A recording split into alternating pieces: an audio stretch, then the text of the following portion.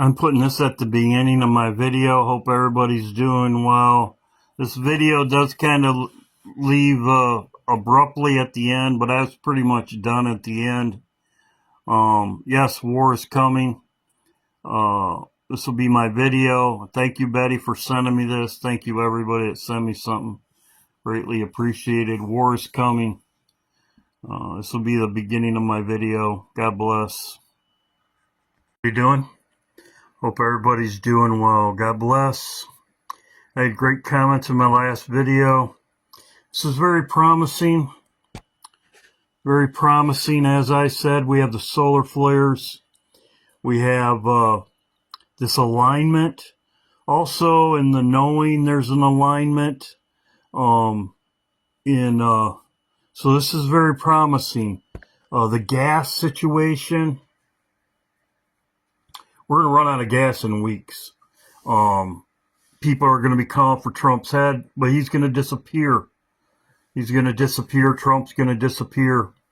Now, I had a lot of comments in my, I asked people in this video about we leave when destruction happens, and that's why they're stalling.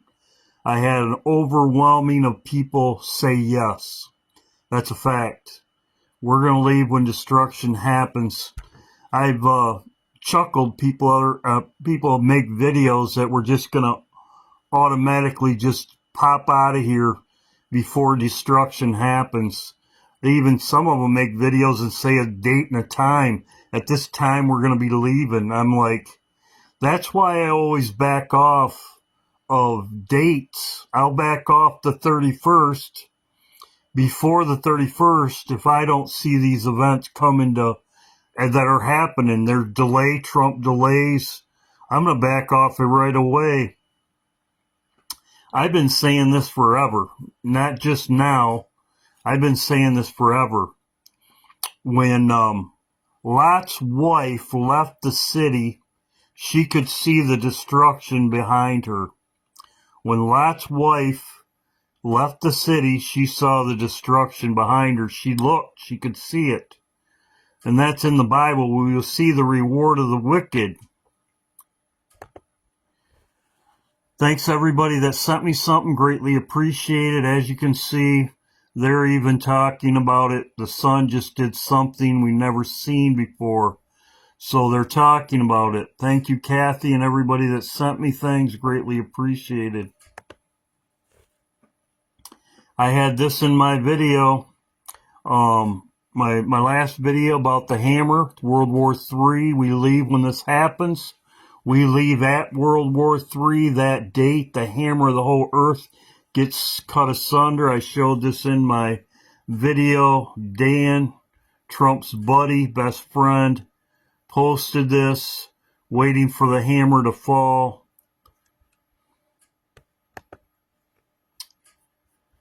The same day that Lot went out of Sodom and Gomorrah, same day. That's what's going to happen that day. That day, we're going to leave that day. Not before. Not somebody sets a date and says this is a date and time we're leaving. And as I said, that's why I've always backed off it before. Is because if I don't see it coming, if Trump... and that's exactly what they show in the movies, and I'll show also. 1,000 will die. So when this event happens and people are dying, just like Lot's wife in Sodom and Gomorrah, it says, it shall not come near thee. As you can see right here. Only with the eyes thou shalt behold the reward of the wicked. Now, Lot's wife was not supposed to look back. It's right there. But I will tell you that when I was caught up, and I said this before, I was standing there, Jesus was looking back saying, those dogs. He was looking back. I was looking at Jesus. I was up. It was like he was standing, like the Swedish boy said, standing on the top of a mountain. We were all going to go to a mountain. And it was, to me, it was more of like glass. I was standing on like a glass, and it could be, because I woke up before that. He said those dogs in 10 days. In other words, we'd be returning in 10 days. So I looked, Jesus was looking down what was going on, but I could have, if my dream would have lasted longer, I could have looked, maybe turned around and looked. So the reward of the wicked, maybe that is a situation where we'll all be seeing what's going on, and that would be saying right here, and this is in Psalms 91 too, only with thy eyes you shall see the reward of the wicked. But so there you go. It's in Psalms 91, where when destruction happens, we leave.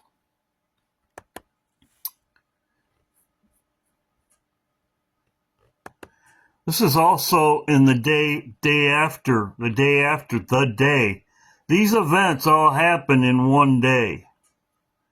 The looting at the supermarket that I show a lot of right here, the looting happens all in one day. Everything chaos in one day.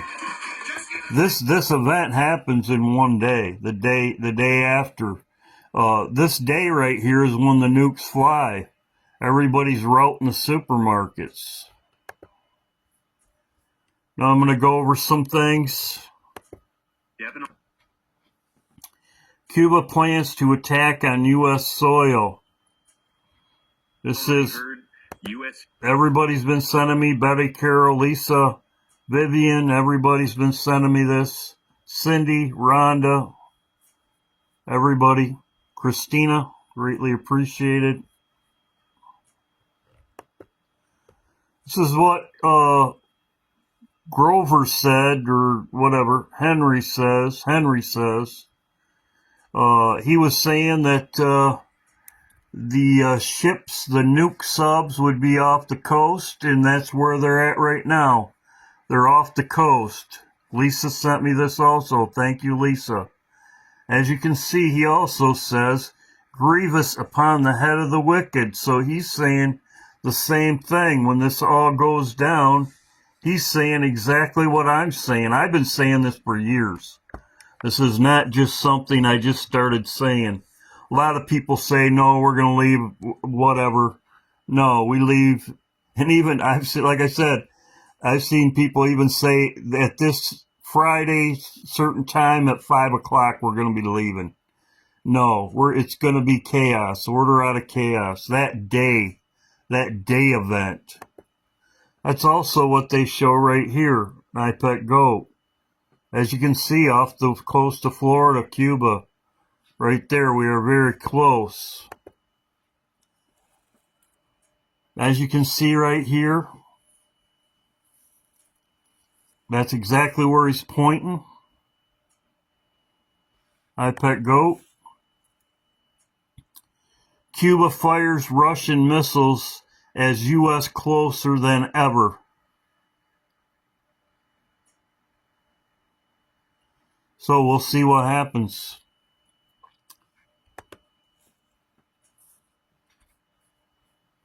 Guys, what's going on? NATO nuclear warning. So we're very close.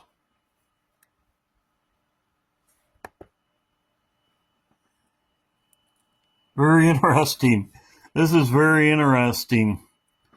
A wedding. They're talking about a wedding.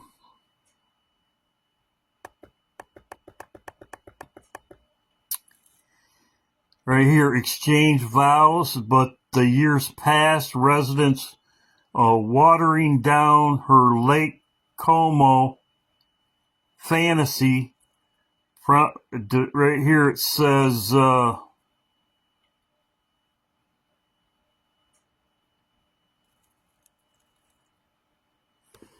right here, glowing up in India, always imagined her dream wedding on the memorizing shores of Italian Lake Como ringed by stunning alpine peaks, very interesting, the Swedish boy, and a piercing blue water, very interesting, piercing blue water. Then down here it says,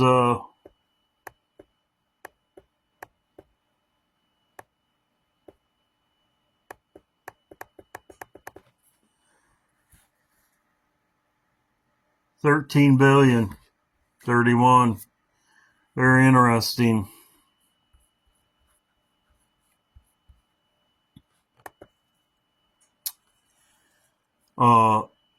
Iran's saying their fingers on the trigger. So we're looking for ships to sink. We know this is going to happen. This is when everything goes down.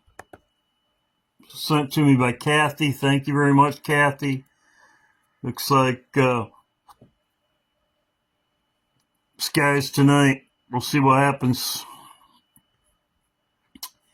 Now I'm going to go over what I said about Ephraim, America being Ephraim. I'm going to go over it, just a short thing. You can do your research for yourself. As I said, descendants of the Ephraim, they're descendants of Jacob. Joseph had two sons, and here it is right here. They were they were watchmen, and they were take care of the temple. Right here, corn. Where's my Bible verse? It's right here, corn. It says, God blessing to Jacob and his Jacob forever and ever is corn. As you can see, Lord has blessed thee. This is Jacob.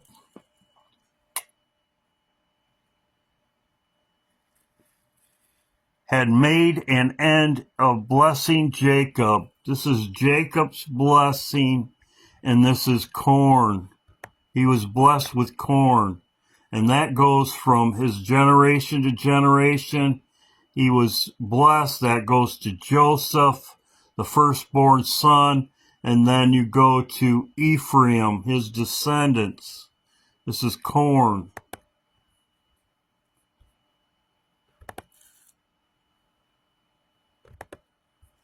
Corn.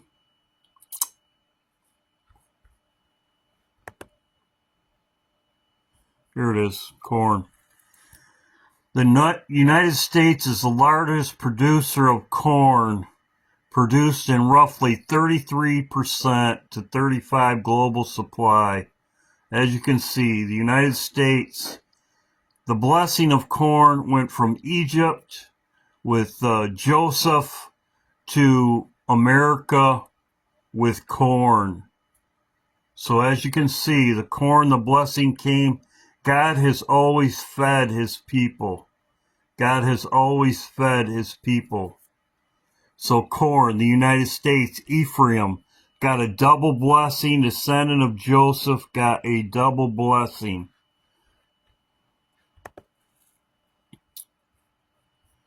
These are the French forts right here in the United States. I'll show you of them. All the forts were built by slaves. All the forts and the roads were built by slaves. These slaves came from Egypt and Israel and Syria, and I'll show you the maps.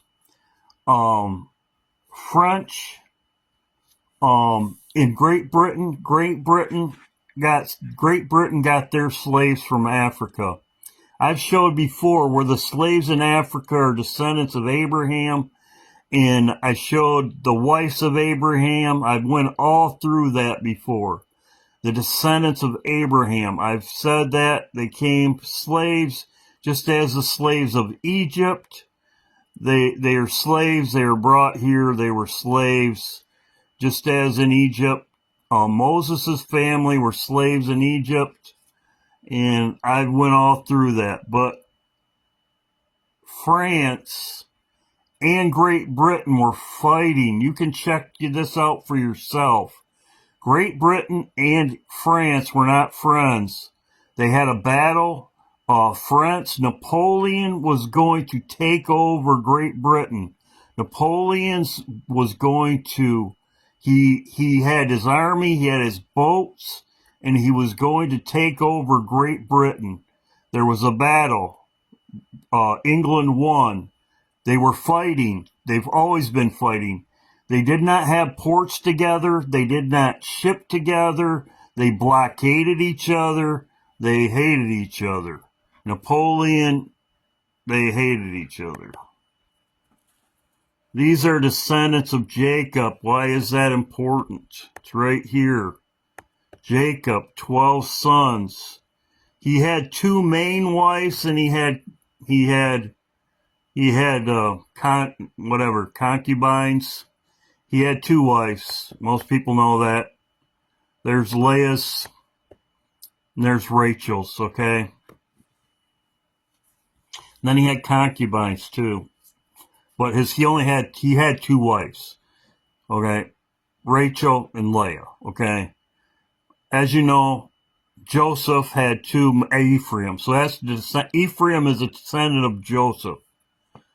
Now, why is this important? And I'll get to it. But the fact of the matter is, I know where I came from. I've said it before. People say there's mockers and scoffers. My grandfather was a sharecropper. Sharecroppers came from slaves, okay? And it was because of my dad's mother.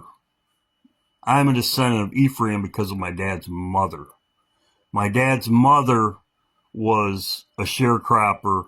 My grandfather had 2 wives. My dad had 2 wives, just as Rachel and Leah. My dad's wife, my dad's first love, died at childbirth giving children. She died after 2 children. She died at the second one in childbirth in a hospital, just as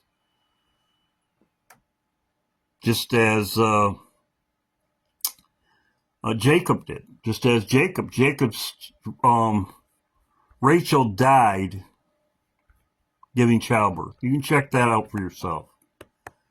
Just as my dad's first wife died childbirth. So, Egypt, all these cities, this situation right here, just like bringing the Arabs into our country, they don't tell you, they just brought them in here. These are just like I've showed the tribe of Dan, the river, Little Egypt, Cairo. These are all forts that were built by the slaves that came from France. The slaves that came from France. As you can see right here, Napoleon right here, battle at Galilee and the Jordan River. French forces engaged in Ottoman troops near Mount whatever. And right here, Syria, the Battle of the Pyramids in Egypt. When they went there, they took slaves. Napoleon had slaves. Right here, you can see 18 right ever. Slaves. They brought the slaves to America on boats, and they built their forts, and they had been doing this for a while. Also, I believe the Indians, I've said it before, some of the Indians could be also the Mexicans, I've said. They were brought here. I've showed maps.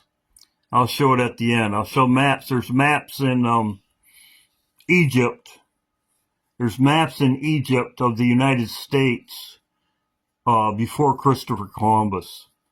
And I've said this before. The Mexicans also could be Napoleon. And what he did is he went there, he conquest, and they took slaves. They took slaves from these areas right here, not Africa.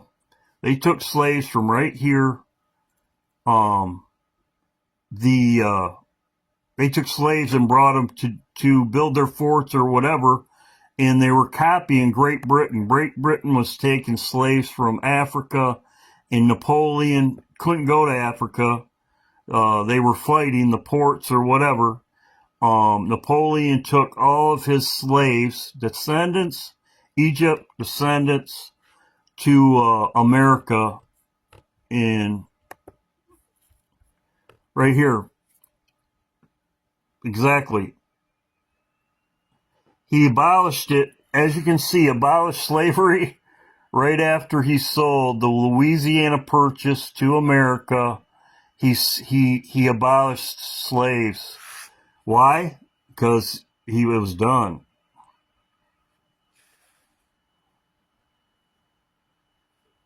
He abolished slavery just like Great Britain.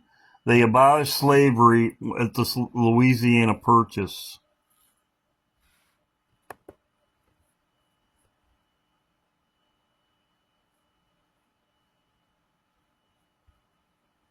As you can see, a few years later, he abolished it.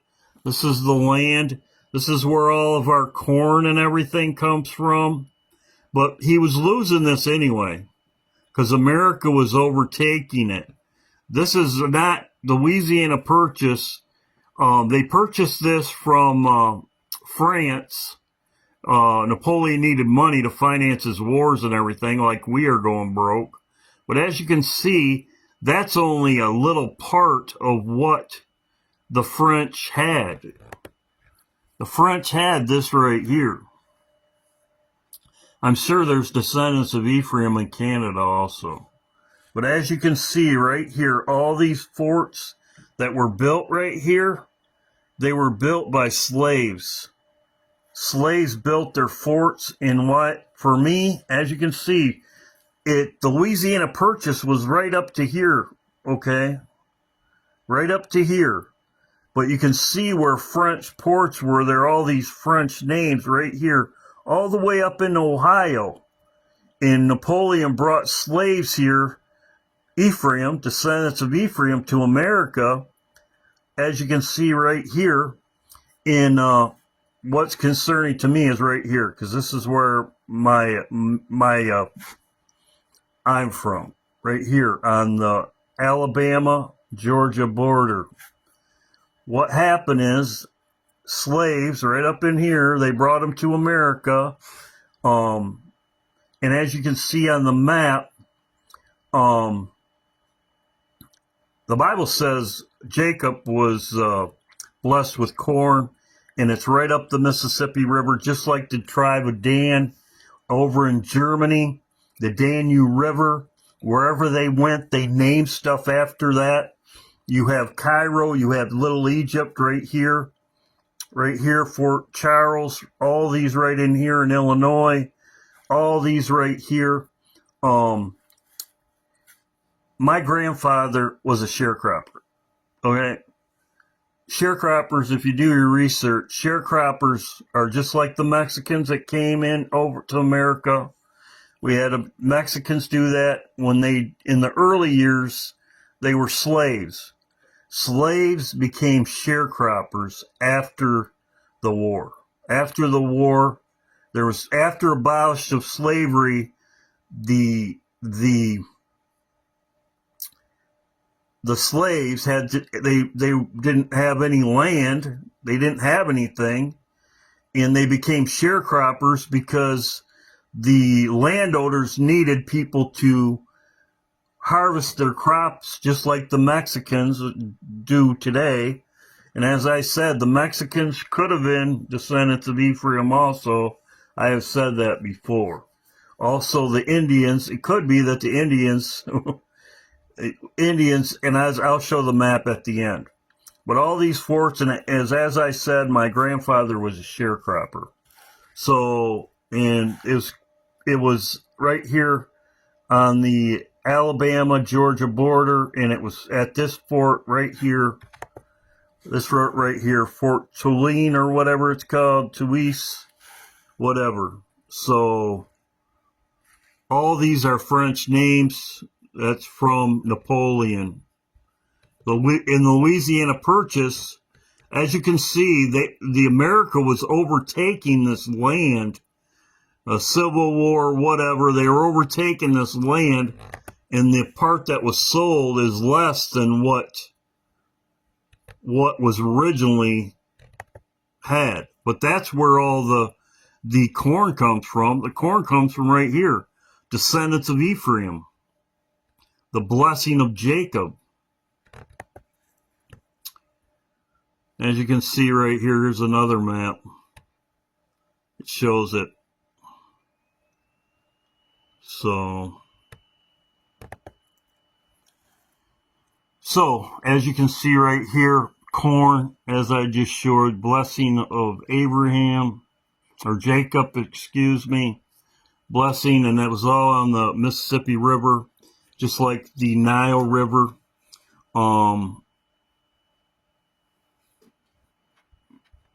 Now, why is that important? I've said this before, or this is in Malachi. It says, "For I am Lord, I have not changed, therefore the sons of Jacob are not consumed." Spared, as I've talked about. This is Malachi chapter 3. Also, the descendants of Jacob, the Levites, the descendant of Jacob, were also watchmen. They were watchmen in the Bible. The watchmen were the descendants of Levi, Jacob, as you can see, not consumed. You're spared. You're spared the fire.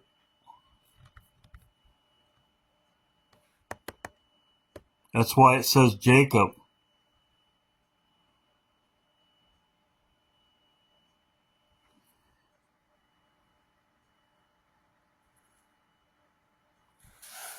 And it does say this here also. It says that a lot of people that don't know that they're descendant of Jacob or Ephraim, it says, "Your fathers, ye are gone away from my ordinance and not kept them. Return unto me, and I will return unto you." How do you return unto him? You come to him every day. You pray. Pray that you're found worthy. I love the Lord. And tithe and offering, I've said before, that's 10%. This is a book of remembrance. As I've said before, I've talked about this before.